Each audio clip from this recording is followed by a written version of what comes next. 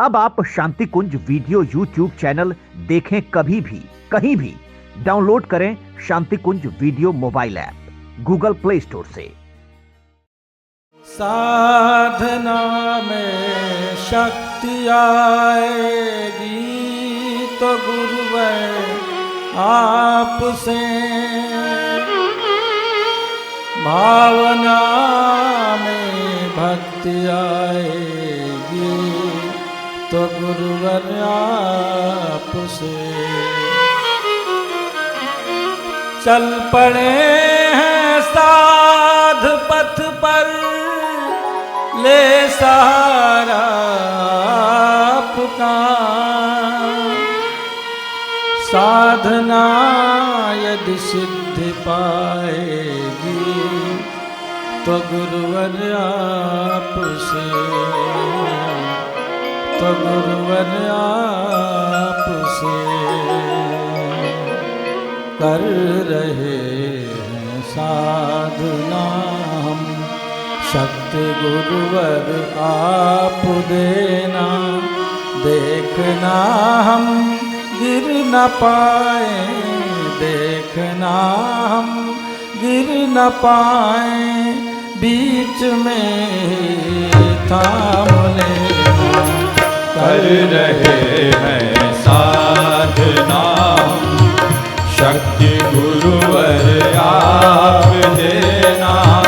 देखना हम गिर न पाए, देखना हम गिर न पाए, बीच में थाम लेना। कर रहे हैं साधना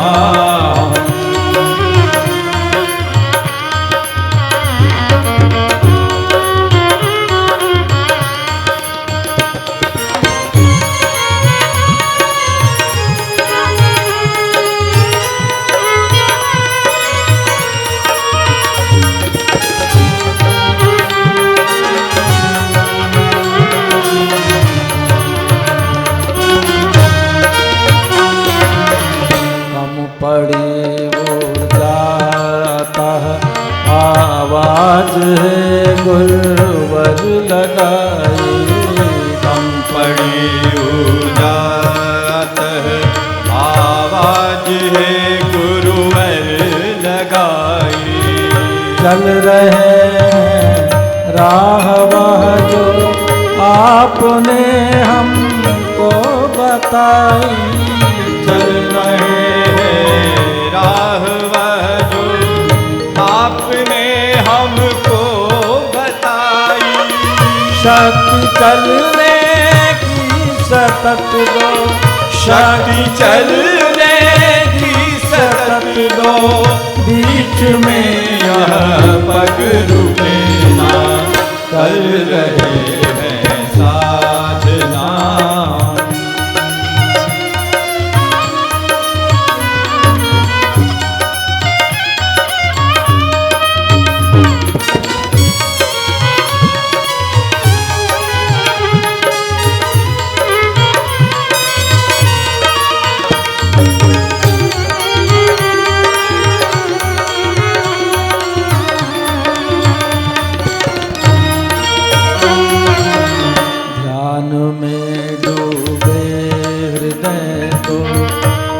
प्रभामय छवि हमारी।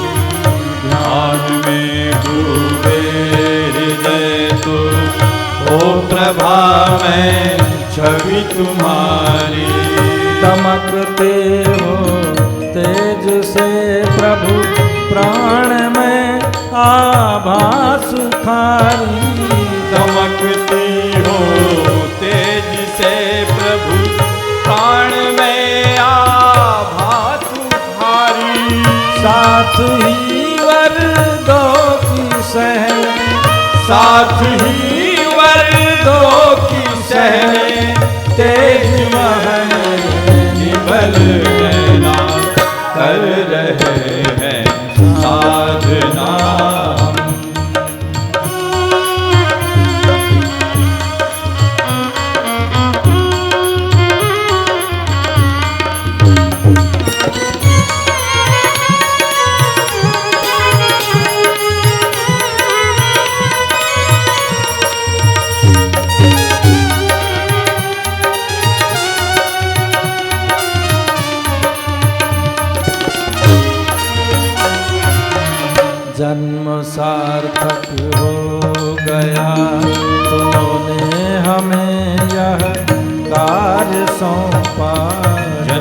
सार्थक हो गया।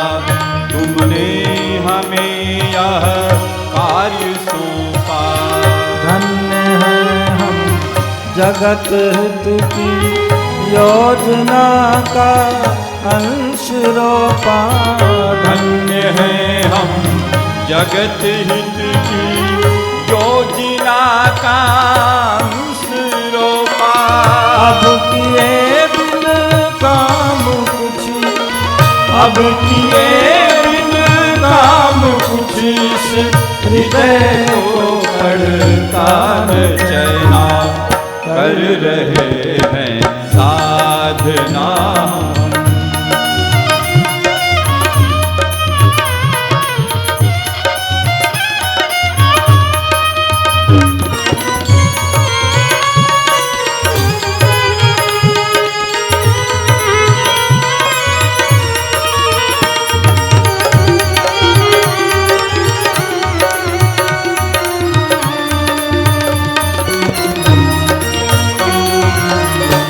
आप ही गुरु आप सविता, आप गायत्री हमारे। आप ही गुरु आप सविता, आप गायत्री हमारे। शक्ति लेने अतः आए आपके ही हृदय द्वारे। शक्ति लेने अतः आए आपके ही हृदय द्वारे। प्रभु हमें आलोक दो, प्रभु हमें आलोक दो। मिट जाए यह अज्ञान रहना। कर रहे हैं साधना। शक्ति गुरु आप देना। देखना हम गिर न पाए, देखना हम गिर न पाए। बीच में थाम लेना। कर रहे हैं साधना। कर रहे हैं साधना। कर रहे हैं साधना। कर रहे हैं साधना।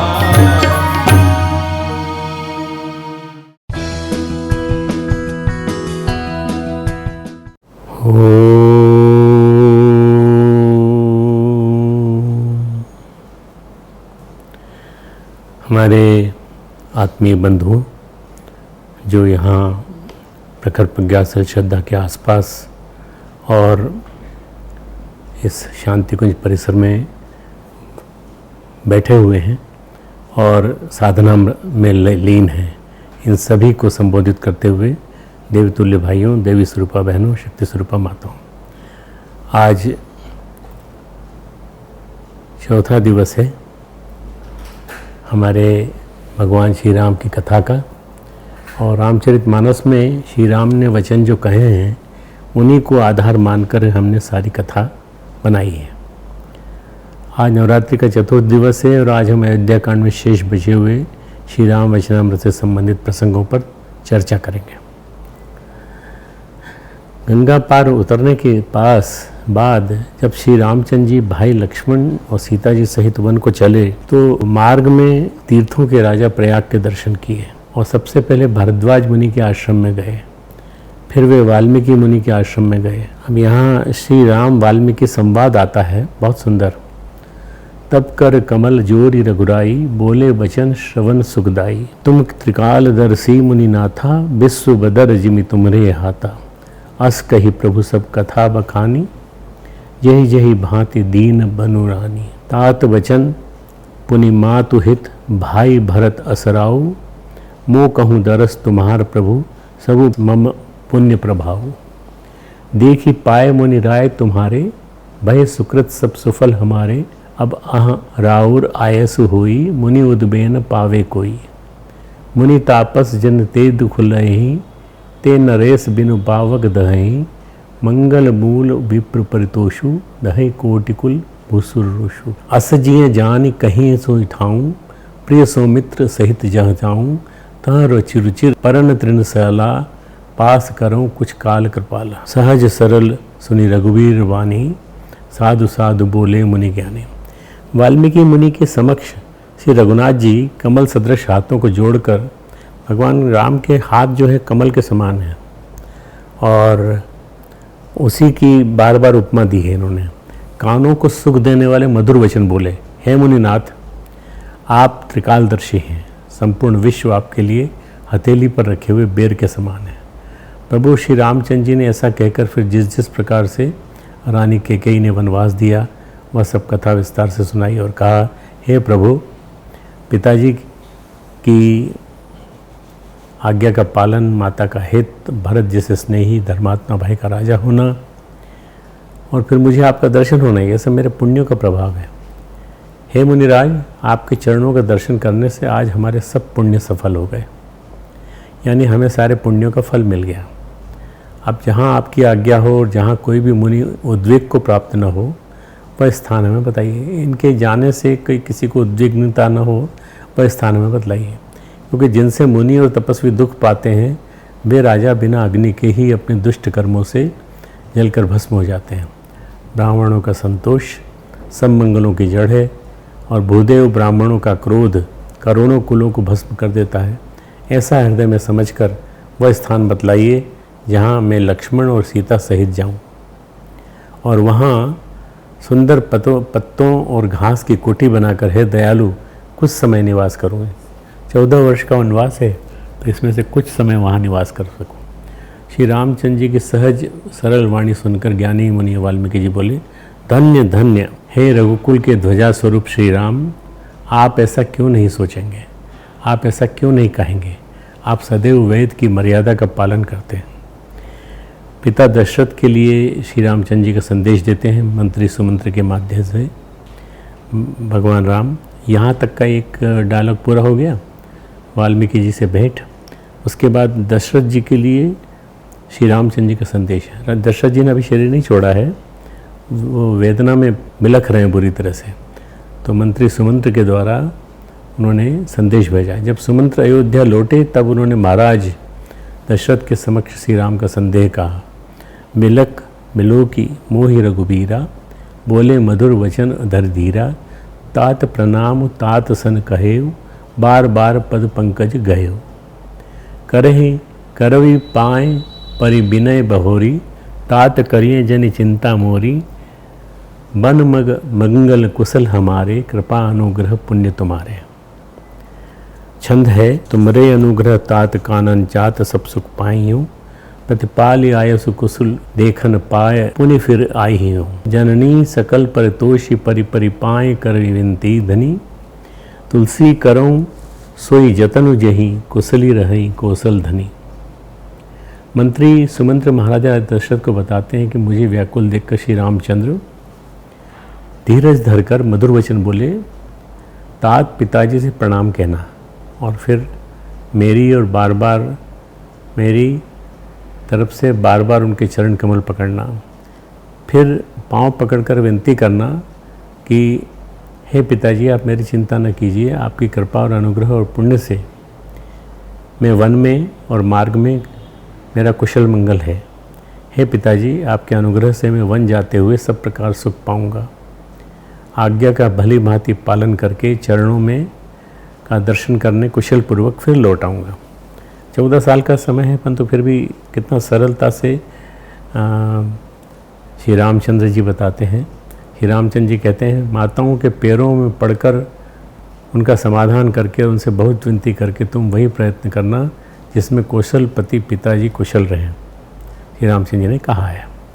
सोरठा है इसके बाद, गुरु सन कहब संदेशु, बार बार पदुम कही, करब सोई उपदेश, जेहि न सोच मोहि अवधपति।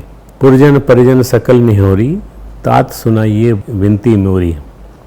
सोई सब भांति मोर हितकारी, जाते रह नर नारु सुखारी। कहब संदेश भरत के आए, नीति तजिए राजपद पाए। पाले हूँ प्रजहि करम मन मानी, से हूँ मातु सकल समझानी।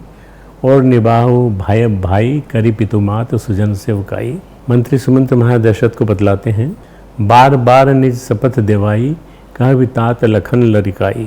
अब ये जो संवाद है वो ये कह रहे हैं कि बार बार चरण कमलों को पकड़ करके गुरु वशिष्ठ जी से मेरा संदेश कहना कि वे वही उपदेश दें जिससे अवधपति पिताजी मेरा सोच न करें, मेरे बारे में दुखी न हों। हे तात, सब पुरवासियों और कुटुंबों से अनुरोध करके मेरी विनती सुनाना कि वही मनुष्य मेरा सब प्रकार से हितकारी है जिसकी चेष्टा से महाराज सुखी रहें। भारत के आने पर उनको मेरा संदेशा कहना कि राजा का पद पा जाने पर नीति न छोड़ देना, कर्म वचन और मन से प्रजा का पालन करना और सब माताओं को समान जानकर उनकी सेवा करना। और हे भाई, पिता माता और स्वजनों की सेवा करके भाई पने को अंत तक निभाना। हे तात, राजा यानी पिताजी को उसी प्रकार से रखना जिससे वे कभी किसी तरह भी मेरा सोच न करें। मंत्री सुमंत्र जी ने बताया कि वहाँ पर लक्ष्मण जी ने कुछ कठोर वचन जरूर कहे, किंतु श्री राम जी ने उन्हें चुप कराकर बार बार अपनी सौगंध दिलाई कि हे तात, लक्ष्मण का लड़कपन वहाँ न कहना। प्रणाम कर सीता जी कुछ कहने लगी थी, परंतु स्नेहवश वे शिथिल हो गई, उनकी वाणी रुक गई, नेत्रों में जल भर आया और शरीर रोमांच से व्याप्त हो गया। इस घटनाक्रम के पश्चात महाराज दशरथ जी का देहावसान हो गया। इसके बाद मैं पूरा डिटेल इसलिए ले रहा हूँ कि ये अपन भगवान राम का चरित्र बोल रहे हैं पूरा। महाराज दशरथ जी का देहावसान हो गया और भरत जी अयोध्या वासियों के साथ श्री राम को मनाने के लिए चित्रकूट की ओर चल पड़े। अब ये प्रकरण पूरा है जिसमें कि भरत जी अयोध्या वासियों के साथ श्री राम को मनाने के लिए पूरी सेना सहित सबको लेकर साथ चले। उनके वहाँ पहुँचने से पूर्व सीता जी ने स्वप्न में देखा कि समाज सहित भरत जी यहाँ आए हैं। प्रभु के वियोग की अग्नि से उनका शरीर संतप्त है और सभी लोग मन में उदास, दीन और दुखी हैं। सासुओं को दूसरी ही सूरत में उन्होंने देखा। तब सीता जी का स्वप्न सुनकर श्री रामचंद्र जी के नेत्रों में जल भराया और बोले, लखन सपन यह नीक न होई, कठिन कुचाहु सुना ही कोई। हे लक्ष्मण, यह स्वप्न अच्छा नहीं है, कोई भीषण कुसमाचार सुनाएगा। और यहाँ पर सीता जी को स्वप्न के माध्यम से जो पूर्वाभास हुआ उसके प्रति श्री रामचंद्र जी की प्रतिक्रिया थी कि भीषण कुसमाचार मिलने का पूर्वाभास होते ही उनके नेत्रों में आंसू आ गए। कुसमाचार यानी एक तो दशरथ की मृत्यु और इन लोगों का आना सबका। जब श्री राम सीता लक्ष्मण संवाद, जब श्री राम लक्ष्मण स्नान करके त्रिपुरारी महादेव का पूजन करके साधुओं का सम्मान करके अपने आसन में बैठकर उत्तर दिशा की ओर देखने लगे, तब उस समय उत्तर दिशा में आकाश में परिवार व समाज सहित भरत जी के आगमन के कारण धूल छाई हुई थी। इतने लोग थे, पूरा अयोध्या एक प्रकार से वहाँ आ गया था। बहुत से पक्षी और पशु व्याकुल होकर उनके आश्रम की ओर आ रहे थे। तब प्रभु श्री रामचंद्र जी सोचने लगे, ऐसा होने का कारण क्या है। यह समाचार उस समय कोल भीलों ने आकर उन्हें अयोध्या से राज परिवार के आगमन का समाचार सुनाया। यह समाचार सुनते ही श्री रामचंद्र जी के मन में बड़ा आनंद हुआ, लेकिन फिर वो सोच में पड़ गए कि भरत के आने का क्या कारण है। क्या फिर किसी ने यह भी बताया कि उनके साथ बड़ी भारी चतुरंगिणी सेना भी है। यह बात सुनते ही लक्ष्मण जी क्रोध में आ गए। ये प्रसंग बड़ा समझने लायक है। लक्ष्मण का सहज क्रोध आया और नीति भूलकर भरत से अकेले युद्ध करने। क्यों? भरत शायद हो सकता है कि भगवान राम को मारने के लिए आया हो और उसे हराने की बात सोचने लगे, भांति भांति से दोष देने लगे। तभी आकाशवाणी हुई, हे तात, तुम्हारे प्रताप और प्रभाव को कौन कह सकता है, परंतु कोई भी काम हो उसे अनुचित उचित खूब समझ बूझ कर किया जाए तो सब कोई अच्छा कहते हैं। वेद और विद्वान कहते हैं कि जो बिना विचारे जल्दी में किसी काम को करके पीछे पछताते हैं वे बुद्धिमान नहीं हैं। इस आकाशवाणी को सुनकर लक्ष्मण जी सकुचा गए। तब श्री रामचंद्र जी ने उनका आदर के साथ सम्मान करते हुए कहा, कही तात तुम नीति सुहाई, सबते कठिन राज मधु भाई। जो अचवंत नृप माता ही तेई, नाहिन साधु सभा जई सेई। सुनहु लखन भल भरत सरीसा, विधि प्रपंच मह सुना न दीसा। भरत ही होइन राज मधु, विधि हरिहर पद पाई। कबहु की कांजी सी करनी, क्षीर सिंधु बिनसाई। ये दोहा बड़ा महत्वपूर्ण है। वो कहते हैं, हे तात तुमने बड़ी सुंदर नीति कही। हे भाई, राज्य का मत सबसे कठिन मत है। जिन्होंने साधुओं की सभा का सेवन यानी सत्संग नहीं किया, वे ही राजा राजमद रूपी मदिरा का आचमन करते ही मतवाले हो जाते हैं। हे लक्ष्मण सुनो, भरत सरीखा उत्तम पुरुष ब्रह्मा के षष्ठी में न तो कहीं सुना नहीं गया और न कहीं उसके बारे में देखा गया। अयोध्या के राज्य की तो बात ही क्या है, ब्रह्मा विष्णु और महादेव का पद पाकर भी भरत को राज्य का मद नहीं होने वाला। तो ऐसे में क्या कभी कांजी की बूंदों से क्षीर समुद्र नष्ट हो सकता है? कोई अगर ये सोचे कि कांजी की बूंद समुद्र में पड़ गई तो समुद्र फट जाएगा, समुद्र नहीं फट सकता। ते मेरे तरुण तरनी ही मी मकु गिले ही, कगनु मगन मकु मेघ ही मिले ही, गोपद जल बूढ़ ही घट जोनी, सहज क्षमा बरु छाड़े छोनी। मसक फूक मकु मेरु उड़ाऊ, होई न नृप मधु भरतई भाव, लखन तुम्हार सपत पितु आना, सुचि सुबंधु नहीं भरत समाना। सुगुण खीर अवगुण जलुताता, मिलई रचई प्रपंच विदाता, भरत हंस रविवंश तड़ागा, जन्म में कीन कून दोष भागा। गहि गुण पय तज अवगुण बारी, निज जस जगत कीनी उजियारी, कहत भरत गुणशील स्वभाव, प्रेम पयोधि मगन रघुराऊ। आप सोचिए कि कितनी बढ़िया उपमा दे रहे हैं भगवान राम। अंधकार चाहे मध्याह्न के सूर्य को निगल जाए, आकाश चाहे बादलों में समाकर मिल जाए, गो के खुर जितने जल में अगस्त जी डूब जाएं, जो कि असंभव है, और पृथ्वी चाहे अपनी स्वाभाविक सहनशीलता को छोड़ दे, जो भी असंभव है, मच्छर की फूंक से चाहे सुमेरु उड़ जाए, ये भी संभव नहीं है। तो हे भाई, भरत को राजमत कभी नहीं हो सकता। ये भगवान श्री राम के अंदर भरत के बारे में जो इम्प्रेशन है उसको वो कह रहे हैं। हे लक्ष्मण, मैं तुम्हारी शपथ पिताजी की सौगंध खाकर कहता हूँ कि भरत के समान पवित्र और उत्तम भाई संसार में नहीं है। हे तात, गुण रूपी दूध और अवगुण रूपी जल को मिलाकर विधाता इस दृश्य प्रपंच को रचता है, परंतु भरत ने सूर्यवंश रूपी तालाब में जन्म हंस रूप जन्म लेकर गुण और दोष का विभाजन कर दिया, यानी दोनों को अलग अलग कर दिया। गुण रूपी दूध को ग्रहण कर और अवगुण रूपी जल को त्याग कर भरत ने अपने यश से जगत में उजियारा कर दिया है।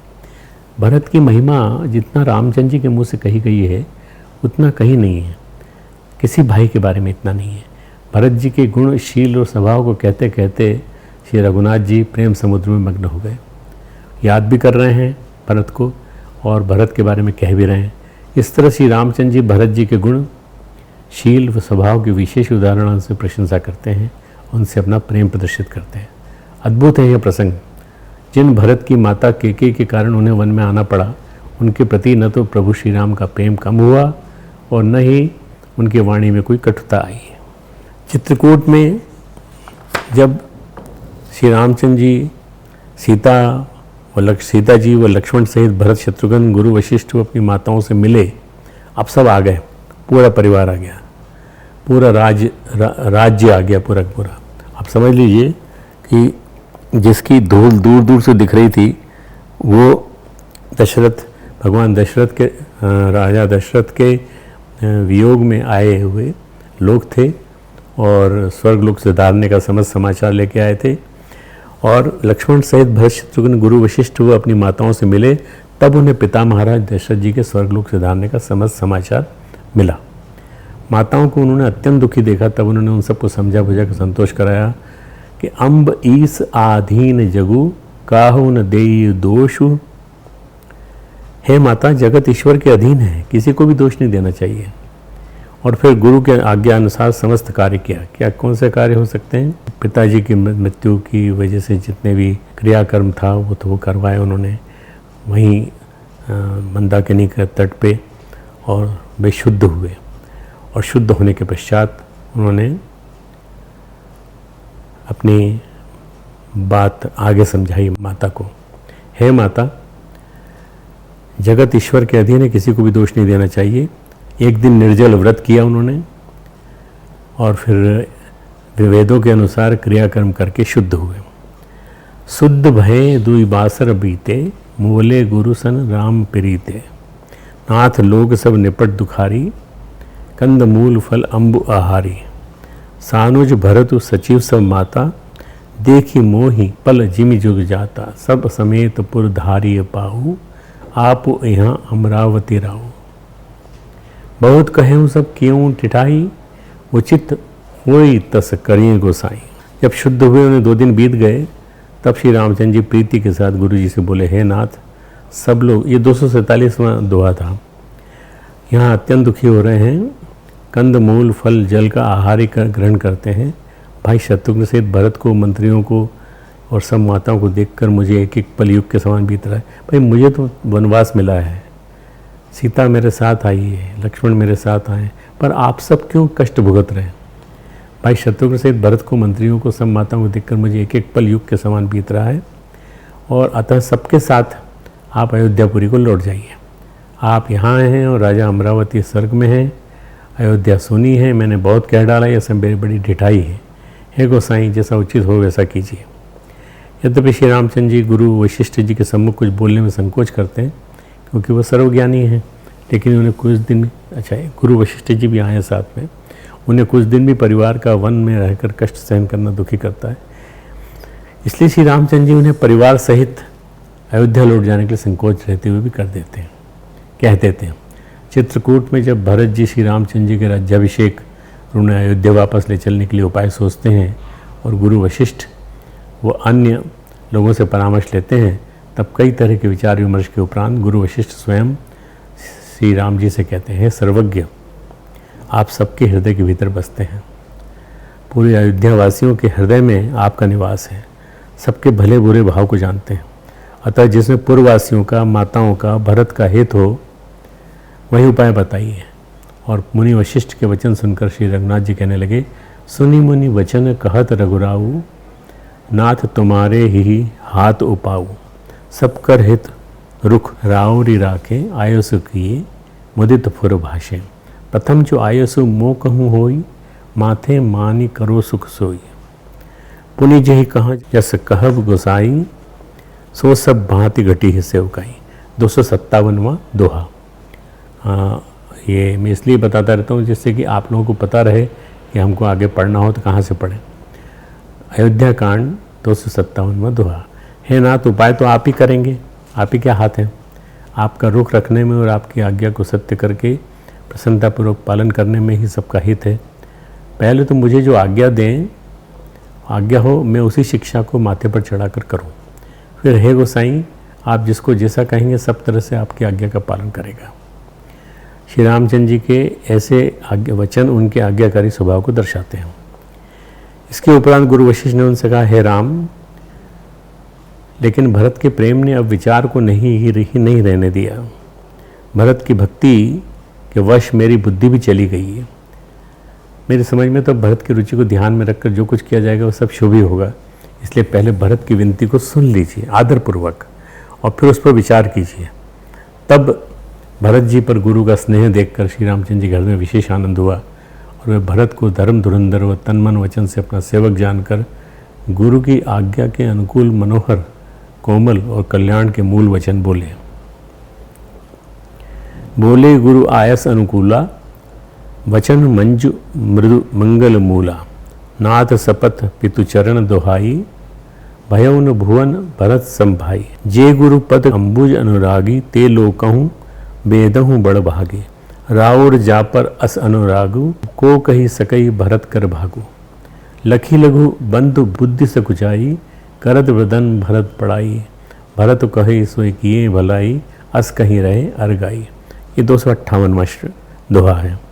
हे नाथ, आपकी सौगंध और पिताजी के चरणों की दुहाई है। मैं सत्य कहता हूँ कि विश्व भर में भरत के समान भाई कोई हुआ नहीं। आपकी सौगंध पिता के चरणों की दुहाई है।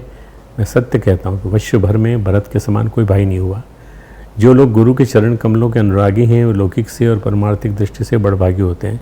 फिर जिस पर आपके रूप में गुरु का स्नेह हो, उसके भाग्य को कौन कह सकता है? उस भरत के भाग्य को कौन कह सकता है?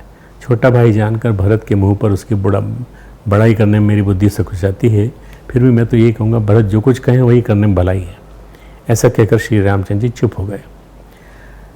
श्री रामचंद्र जी भरत के प्रेम, त्याग और समर्पण को भली प्रकार जानते थे, इसलिए उनकी बड़ाई करने में संकोच नहीं करते। अपितु उनकी प्रशंसा करके अति प्रसन्न होते हैं, लेकिन भरत के सम्मुख ही उसकी बड़ाई करने में थोड़ा सकुचाते हैं।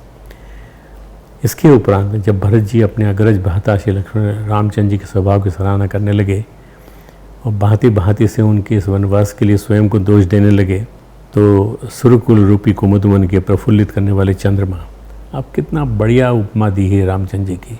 सूर्यकुल रूपी कुमुदवन के प्रफुल्लित करने वाले चंद्रमा, ये रामचंद्र जी का नाम। भ्राता श्री रामचंद्र जी के स्वभाव की सराहना करने लगे, भांति भांति से उनके इस वनवास के लिए स्वयं को दोष देने लगे। तब सूर्यकुल रूपी कुमुदवन के प्रफुल्लित करने वाले चंद्रमा श्री रघुनंदन उचित वचन बोले उचित वचन रघुनंदू, दिनकर कुल के रघुबन चंदू। अब ये क्या होता है कि उस ज़माने में जो भाषा थी अवधी, उसमें जहाँ जिस प्रकार से संगति बैठती थी उस तरह से वो बनाते थे। रघुनंदू और चंदू, अब चंदू है ना चंद्रमा और रघुनंदू है ना रघुनंदन, तो इसलिए यहाँ इन्होंने ही दिया है। तात जाए जी करहूँ गलानी, ईस अधीत जीव गति जानी, तीन काल त्रिभुवन मत मोरे, पुण्य सी लोक तात तर तोरे।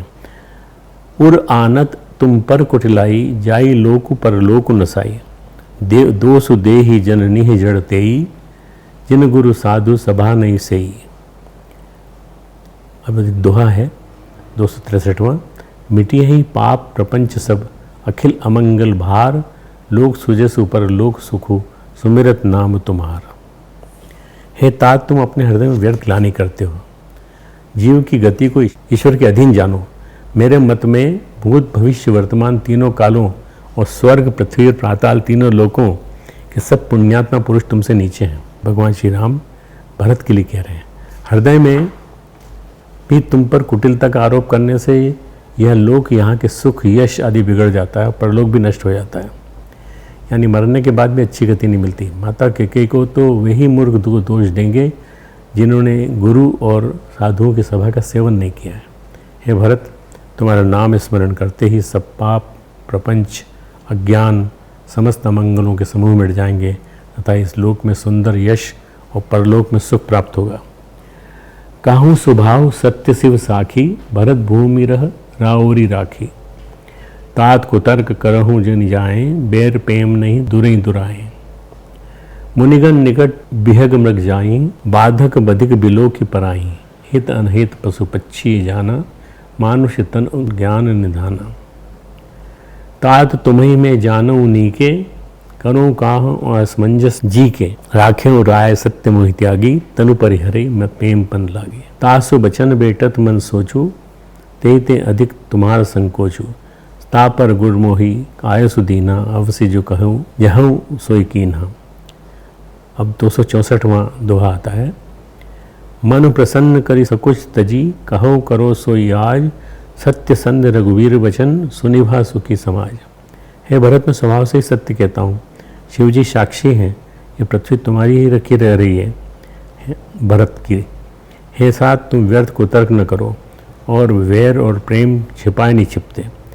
पक्षी और पक्षी मुनियों के पास बेधड़क चले जाते हैं, पर हिंसा करने वाले बधिकों को देखते भाग जाते हैं। मित्र और शत्रु को पशु पक्षी भी पहचानते हैं। फिर मनुष्य शरीर तो गुण और ज्ञान का भंडार ही है। हे तात, मैं तुम्हें अच्छी तरह जानता हूँ, पर क्या करूँ, जी में बड़ा असमंजस है। समझा रहे हैं, बार बार भरत को समझा रहे हैं, जी में बड़ा असमंजस है।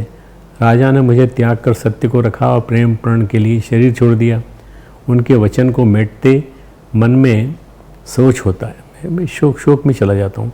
उससे ही बढ़कर तुम्हारा संकोच है, उस पर भी गुरुजी ने मुझे आज्ञा दी है, इसलिए अब तुम जो कुछ कहो अवश्य ही मैं करना चाहता हूँ। तुम जो कहोगे मैं वही करूँगा। मतलब भगवान राम वापस नहीं जाएंगे, पर इतनी जो भाषा बोल रहे हैं उसका मतलब ये है कि तुम जो कहोगे वही मैं करूँगा। तुम सोचो, तुम मन को प्रसन्न कर और संकोच को त्याग कर जो कुछ कहो मैं आज वही करूँगा। सत्य प्रतिज्ञ रघुकुल श्रेष्ठ श्री राम जी का वचन सुनकर सारा समाज सुखी हो गया। ये रामचंद्र जी वो हैं जिन्होंने कहा था कि ये रघुकुल रीति सदा चल आई, प्राण जाई पर वचन न जाई। उन्होंने कहा था, वचन सुनकर सारा समाज सुखी हो गया। इस तरह श्री रामचंद्र जी ने सभा के सम्मुख भरत के मन की ग्लानि को मिटाते हुए उनकी भक्ति व धर्म की प्रशंसा करते हुए वर्तमान परिस्थिति का कारण सबको बताते हुए वचन कहे। चित्रकूट के वन में आए हुए सभी अयोध्यावासी मिथिलावासियों को श्री रामचंद्र जी के समीप सुखपूर्वक रहते हुए कई दिन बीत गए। अब देखो, आप ये लेने आए थे ये लोग, पर ये सबके समय वहाँ आराम से फल खा रहे हैं और रामचंद्र जी का, सीता जी का और लक्ष्मण का सानिध्य पा रहे हैं, लेकिन कोई निष्कर्ष पे नहीं पहुंच पा रहे हैं। सभी भांति भांति के उपाय सुझाते हैं, भरत की प्रशंसा करते हैं, उनके हित के बारे में सोचते हैं, लेकिन कोई भी श्री रामचंद्र जी को वन में छोड़कर नहीं जाना चाहता। सभी चाहते हैं कि ऐसा उपाय हो जिससे श्री रामचंद्र जी अयोध्या चलें, वापस लौटें। इसी क्रम में एक दिन प्रातःकाल श्री रघुनाथ जी स्नान करके गुरु वशिष्ठ जी के पास जाकर उनके चरणों की वंदना करके उनका रुख पा करके बोले, नाथ भरतपुर जन महतारी, शोक विकल मनबास दुखारी, सहित समाज राव मिथिलेसु, बहुत दिवस भय सहत कलेसु, उचित होई सोई कीजिए नाथा, हित सब ही कर रोरे हाथा, अस कहि अति सकुचे रघुराऊ, मुनि पुल के लखीसील स्वभाव। 290 वाला 289 श्लोक है। हे नाथ, भरत अवधपुरवासी तथा माताएं सब शोक से व्याकुल हैं, वनवास से दुखी हैं। मिथिलापति राजा जनक भी आए हुए हैं, उनको भी समाज सहित क्लेश सहते हुए बहुत दिन हो गए। इसलिए हे नाथ, जो उचित हो वो कीजिए। भगवान राम ने अपने हाथ में क्रेडिट नहीं ली कि भाई जाओ यहाँ से, यहाँ कहाँ आ गए तुम लोग। भगवान राम ने कहा कि हे मुनिवर, जो उचित हो वही कीजिए, आप ही के हाथ सभी का हित है। ऐसा कहकर श्री रघुनाथ जी अत्यंत सकुचा गए। उनका शील स्वभाव देखकर प्रेम और आनंद से मुनि वशिष्ठ भी पुलकित हो गए। क्या करना उचित होगा, इस समस्या का समाधान पाने के लिए जब सभा बुलाई गई, और फिर उसके बाद एक मीटिंग होती है, पूरी की पूरी कॉन्फ्रेंस, और उस कॉन्फ्रेंस में ये तय होता है उसमें कौन कौन है, वशिष्ठ, विश्वामित्र, अत्रि आदि, राजा जनक, अयोध्यावासी, मिथिलावासी। तब सभा में भरत जी ने अपनी बात रखी, और जब श्री रामचंद्र जी सत्य सरल और कोमल वाणी बोले, सुनी रघुनाथ जोरी जुग पानी, बोले सत्य सरल मृदुबानी, विद्यमान आपुनी मिथिलेसी। आपके बीच में यही मिथिलेश्वर जनक जी के उपस्थित रहते हुए, मोर कहब सब भांति भदेसु, मेरा कहना किसी प्रकार से अनुचित है। राउर राय रजायसु होई, आपकी और महाराज की जो आज्ञा होगी, राउरी शपथ सही सिर सोई, मैं उसको सिर पे धारण करूँ सत्य को। मिथिलेश्वर जनक जी के उपस्थित रहते हुए मेरा कुछ कहना सब प्रकार से अनुचित है। आपकी और महाराज की जो आज्ञा होगी, आपकी शपथ करके कहता हूँ, सत्य ही सबको शिरोधार्य होगा। श्री रामचंद्र जी की शपथ सुनते ही सभा सहित मुनि व जनक जी सकुचा गए, किसी को उत्तर देते नहीं बना। सब लोग भरत जी की ओर देखने लगे, और तब उन्होंने धीरज धरकर हाथ जोड़कर विनती की, मेरे इस अनुचित बर्ताव को क्षमा कीजिएगा, मैं छोटे मुख से कठोर वचन कह रहा हूँ। फिर भरत जी ने श्री रामचंद्र जी के गुणों व अपने दोषों को गिनाया, और यह भी कहा कि अब वो जान गए हैं कि इन दोषों के बावजूद भी श्री रामचंद्र जी का उन पर कितना स्नेह है, कितनी कृपा है, कितना दुलार है। इसलिए अब स्वामी की जो आज्ञा है, स्वामी कौन, श्री रामचंद्र जी की जो आज्ञा है, उसे वो शिरोधार्य करेंगे। ऐसा कहकर भरत जी ने जब श्री रामचंद्र जी के चरण कमल पकड़ लिए, तब इस बारे में तुलसीदास जी कहते हैं, श्री रामचंद्र जी के वचनों की प्रशंसा करते हुए कहते हैं, धर्म धुरी धीर नय नागर, सत्य स्नेह सील सुख सागर, देसु कालु लखी समाजू, नेति प्रीति पालक रघुराजू, बोले वचन बानी बरबसु से, हित पर नाम सुनत शशि रसु से, तात भरत तुम धर्म धुरीना, लोक वेद विद प्रेम प्रवीणा। दोहा है 304 नंबर का, करम वचन मानस विमल, तुम समान तुम तात, गुर समाज रघुबंधु गुण, कुसमय किमी कही चात।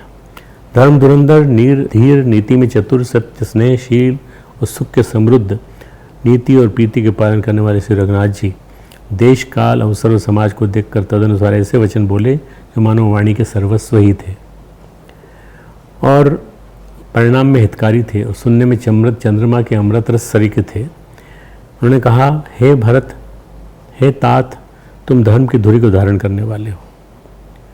सबसे अच्छा चरित्र अगर रामचरितमानस में किसी का बहुत अच्छी तरह से आया है, वो आया है भरत का।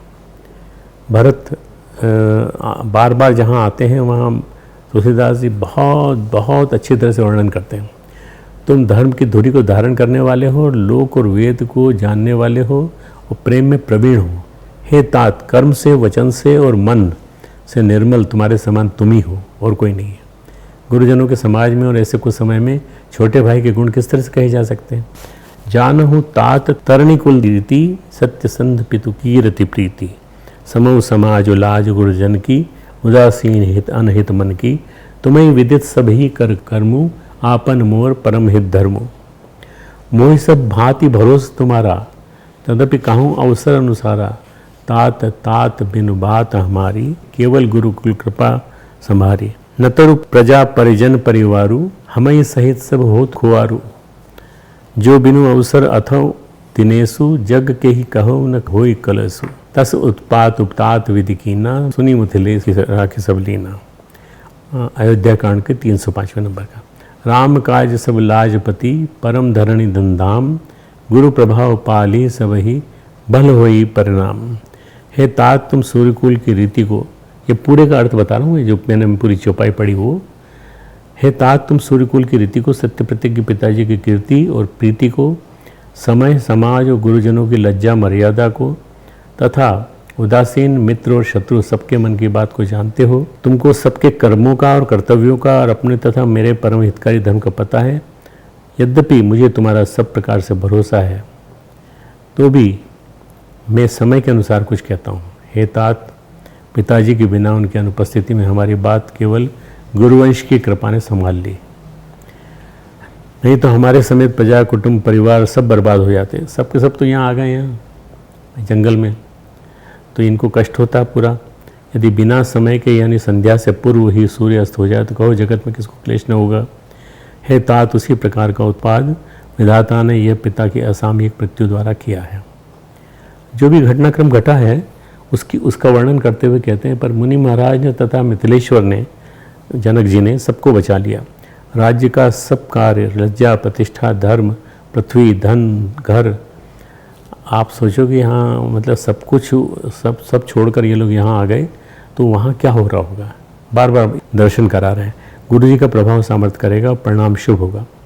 सहित समाज तुम्हार हमारा, घर वन गुरु प्रसाद रखवारा, मातु पिता गुरु स्वामी निदेशु, सकल धर्म धरणी धर सेसु, सो तुम करो करावहु मोहु, तात तरनिकुल पालक हो। साधक एक, सकल सिद्धि देनी, कीरति सुगति भूतिमय वेनी, सो विचार सही संकट उहारी, करो प्रजा परिवार सुखारी। माटी विपत्ति सब ही मुहि भाई, तुम्हें अवधि भरी बाढ़ कठिनाई, जानी तुम्हें मधु कहूँ कठोरा, कुसमय तात न अनुचित मोरा। होई कुठाए सुबंध सुहाए, उड़ियई हाथ असनियों के धाये। दोहा आता है 306 नंबर का। सेवक कर पद नयन से, मुख सो साहिब होई, तुलसी प्रीति की रीति सुनी, सुकवि सराही सोही। गुरु जी का प्रसाद, अब पूरी चौपाई का और दोहे का अर्थ। गुरु जी का प्रसाद अनुग्रह ही घर में और वन में समाज सहित तुम्हारा और हमारा रक्षक है। माता पिता गुरु और स्वामी जी आज्ञा का पालन समस्त धर्म रूपी पृथ्वी को धारण करने में शेष जी के समान है।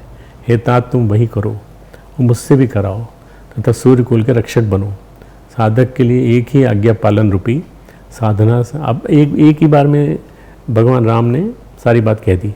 साधना संपूर्ण सिद्धियों को देने वाली कीर्तिमय, सदगतिमय और ऐश्वर्यमय त्रिवेणी है। इसे विचार कर भारी संकट सहकर भी प्रजा और परिवार को सुखी करो। हे भाई, मेरी विपत्ति सबने बांट ली है, परंतु तुमको तो 14 वर्ष की अवधि तक सबसे अधिक दुख है। तुमको कोमल जानकर भी मैं कठोर वियोग की बात कह रहा हूँ। हे तात, बुरे समय में मेरे लिए कोई अनुचित बात नहीं है, पर कठोर अवसर में श्रेष्ठ भाई सहायक होते हैं। वज्र के आघात भी हाथ से रोके जाते हैं। सेवक हाथ, पैर और नेत्रों के समान और स्वामी मुख के समान होना चाहिए।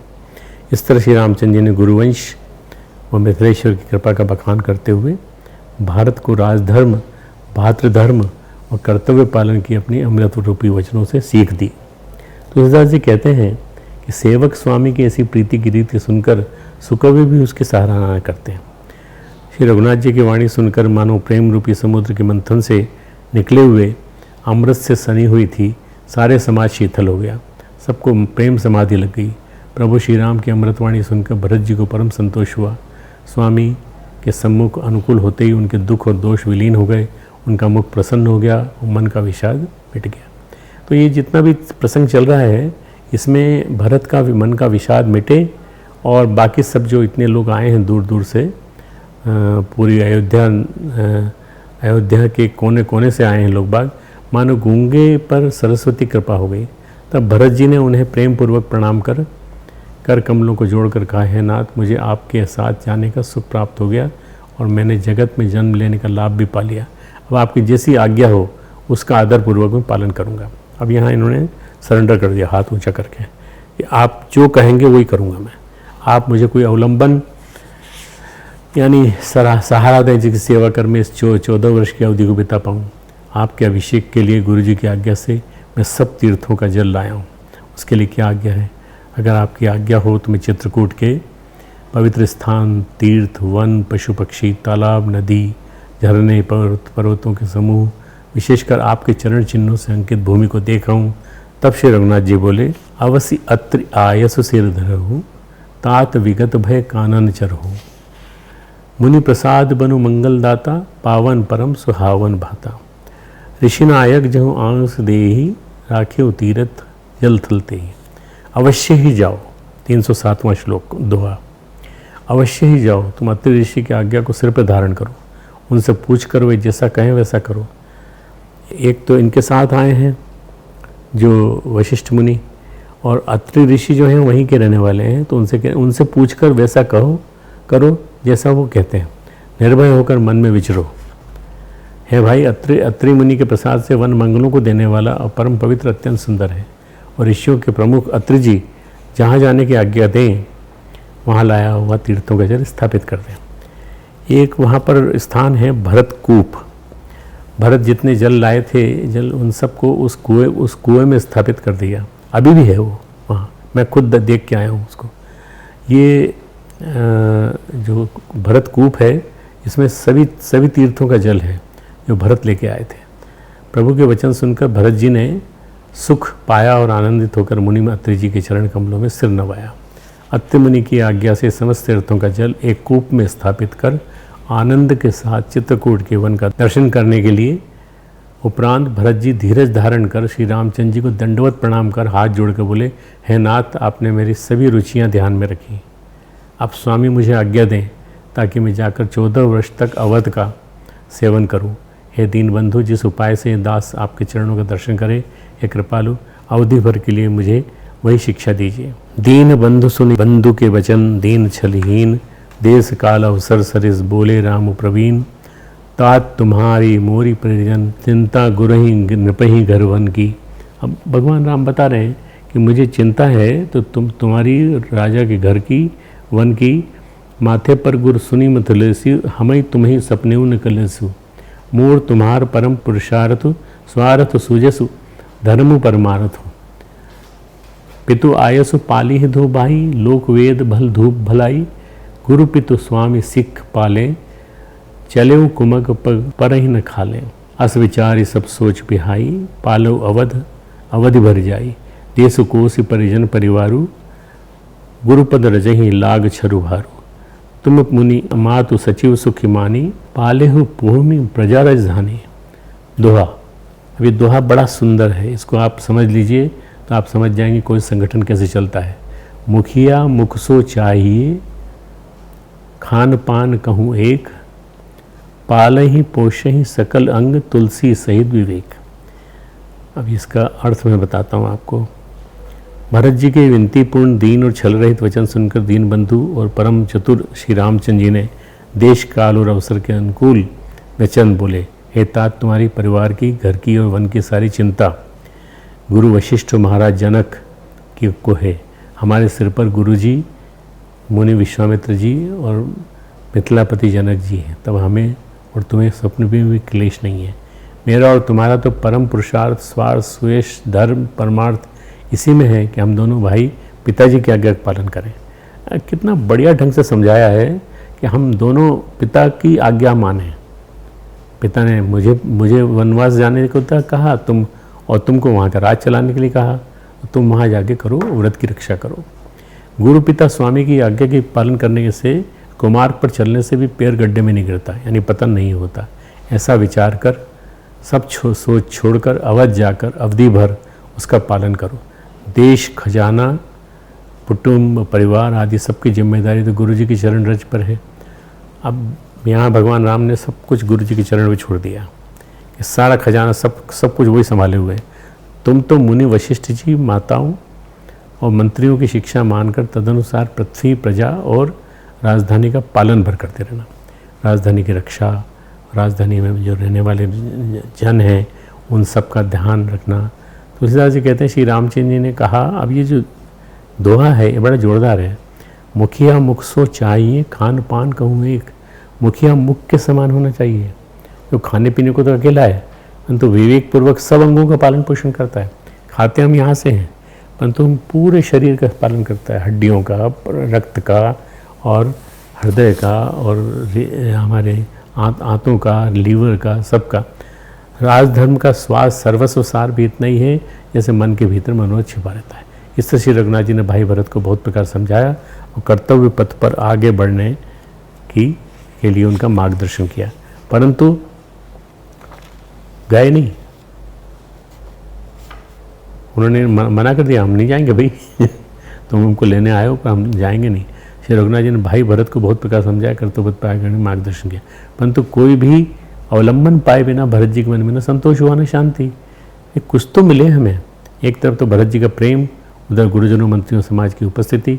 यह देखकर श्री रघुनाथ जी संकोच और स्नेह के वश आ गए, अर्थात भरत जी के प्रेमवश रघुनाथ जी उन्हें अपनी पादुका देना चाहते हैं, किंतु साथ ही गुरु आदि का संकोच भी होता है। आखिर भरत जी के प्रेमवश प्रभु श्री रामचंद्र ने कृपा करके उन्हें खड़ाऊ दे दी और भरत जी ने उन्हें आदरपूर्वक सिर पर धारण कर लिया। उस समय तुलसीदास जी कहते हैं कि श्री रामचंद्र जी की दोनों खड़ाऊ प्रजा के प्राणों की रक्षा के लिए मानो दोनों पहरेदार हैं। भरत जी के प्रेम रूपी रत्न के लिए मानो उस रत्न को संभाल कर रखने के लिए डब्बा है, और जीव के साधन के लिए मानो राम नाम के 2 अक्षर हैं। इस तरह अयोध्या कांड के इन प्रसंगों में श्री रामचंद्र जी का मुनियों, परिजनों, गुरुजनों से जो संवाद हुआ वह अति महत्वपूर्ण था। इसमें श्री रामचंद्र जी ने धर्म पालन, कर्तव्य पालन, राजधर्म पालन की व्याख्या की। इसके साथ ही उन्होंने अनुज भ्राता भरत जी के मन के क्लेश को दूर किया और उनकी प्रशंसा करते हुए उन्हें सही दिशा दी, उन्हें भली प्रकार समझाया जिससे वे अपने कर्तव्य का पालन कर सकें। श्री रामचंद्र जी ने अपने संवाद में एक भी निरर्थक बात नहीं कही। अगर आप देखें, मैंने जितना सुनाया आपको, रामचंद्र जी ने कहीं भी कोई भी निरर्थक बात नहीं कही। उनकी कहीं उसे सभी बातें सार गर्भित, नीति युक्त, सरल, सबके मन को भाने वाली, कोमल व मीठे स्वर वाली थी। उनके कहे गए शब्दों से किसी का भी अपमान नहीं हुआ और न ही किसी के सम्मान को ठेस पहुंची। अपितु उनके वचनों से लोगों के मन को दुख, क्लेश जो था वो दूर हो गया और उनकी वाणी सुनकर अपार सुख, आनंद व संतोष हुआ। अयोध्या कांड में कहे गए भगवान श्री राम के वचनों में धर्मशास्त्र, नीति शास्त्र, समाजशास्त्र, किसी भी राज्य को चलाना हो या किसी भी संगठन को चलाना हो तो उसके भी सूत्र हैं। धर्मशास्त्र, नीतिशास्त्र, समाजशास्त्र, सबके साथ अध्यात्म तत्व विवेचन के सभी सूत्र हैं जिसके आधार पर शास्त्रों की संरचना हो सकती है। वर्तमान युग और भविष्य में आने वाले सभी युग उनके मार्गदर्शन में चल सकते हैं। श्री राम के वचन जीवन को कैसे संवार सकते हैं, किस तरह से गढ़ सकते हैं, इसको दर्शाने वाली कथा है जिसको आपको सुनाना चाहता हूँ। कच्चा बाबा की कथा। कच्चा बाबा का जन्म ब्राह्मण कुल में गोरखपुर जिले के गोला गोपालपुर के पास दीपगढ़ गांव में हुआ था। उनके पिता बहुत प्रसिद्ध विद्वान थे। उनका नाम था विश्राम पंडित और कच्चा बाबा का पहला नाम था शिवरत्न पंडित। लगभग 15 वर्ष की उम्र में ही कच्चा बाबा ने घर बार सब त्याग दिया, भ्रमण करते हुए काशी पहुँचे और गुफा में रह करके तप साधना में लीन हो गए। बाबा को खाने के लिए जो कुछ भी दिया जाता वो कच्चे खा जाते थे, चावल, दाल, आटा। वो पकाने का कोई चक्कर ही नहीं, कौन पकाए कौन ही करे, वो सब कुछ पच जाता था उनका। इसीलिए कच्चा बाबा नाम से प्रसिद्ध हो गए। वे बड़े निष्प्रय सभा के थे। उन्होंने अपने लिए कोई आश्रम नहीं बनाया। उन्होंने कई सिद्धियाँ प्राप्त थी जिसकी वो चर्चा करते थे और नहीं प्रदर्शन करते थे, पर जब जरूरत पड़ती थी तो उसको लाभ देते थे। उनका राम नाम पर बड़ा विश्वास था। जो कोई भी उनके दर्शन करने आता उसे ये राम राम रटते रहने का आदेश देते। रामलीला के अवसरों पर वे रामनगर की लीला देखने जाते थे। रामलीला रामलीला के अवसरों पर ये रामनगर की रामलीला देखने जाते थे। उसमें काशी नरेश इनसे कुछ भी स्वीकार कर लेने का बहुत आग्रह करते थे। आप कुछ ले लीजिए स्वामी जी, आप बाबा आप कुछ ले लीजिए। तो बाबा को नाम गांव से क्या करना। अंत में काशी से 3 कोस पूर्व जालूपुर गांव में बाबा की कुटी बनी, जहां पर उन्होंने अपनी धुनी रमाई। बाबा को गोस्वामी तुलसीदास जी के ग्रंथों से विशेष प्रेम था। रामायण, विनय पत्रिका, गीता के गूढ़ रहस्यों को वे अपने सत्संग में सुनाया करते थे, जिसे इनके शिष्य श्री लखन जी परमहंस कंठस्थ करते जाते थे और उसे लिखते भी जाते थे। रामायण सार सटीक, विनय पत्रिका सार सटीक, गीता सार सटीक और आत्मबोध नाम के ग्रंथ उनके कच्चा बाबा के ही शिष्यों ने छपवाए थे। इनकी वाणी बहुत ही मधुर थी। वे सारगर्भित शब्दों का इस्तेमाल करते थे और जो ये कहते थे उनके सभी शब्द बड़े महत्वपूर्ण होते थे, इतने महत्वपूर्ण कि उन्हें लिख करके उनकी पुस्तक छपाई जा सके। इन श्री कच्चा बाबा ने गोस्वामी तुलसीदास जी महाराज के साहित्य से ढूंढ कर श्री राम के वचनों को संग्रहित किया, प्रकाशित किया और इनकी सहायता से वहाँ के आसपास के लोगों में भी एक नवीन चेतना जगाई। ये ज़्यादा से ज़्यादा तो 200-250 साल पुरानी बात है। वे कहा करते थे श्री राम के वचनों से ही राम राज्य की स्थापना संभव है। उनका कहना था कि अधिक दूर तक न संभव हो सका तो कोई बात नहीं, अपने हृदय में ही श्री राम राज्य की स्थापना कर लो, अपने घर परिवार और गाँव में करो। इस सबका इस तरह विस्तार होता रहा, युग स्वयं बदल जाएगा। ये कहा करते थे, अरे भाई हम बदलेंगे तभी तो युग बदलेगा। साथ साथ एक दूसरे का हाथ थाम कर चल पड़ो, चलते रहो। हमारे साथ अभी भी प्रभु श्री राम के वचन हैं, उनकी चेतना है, उन्हीं का चिंतन है, तो फिर भय किस बात का। आज की बात हम यही समाप्त करते हैं कच्चा बाबा की कथा के साथ, जो अब नहीं है पर जिनके द्वारा किया गया कर्तव्य तो हमारे पास है।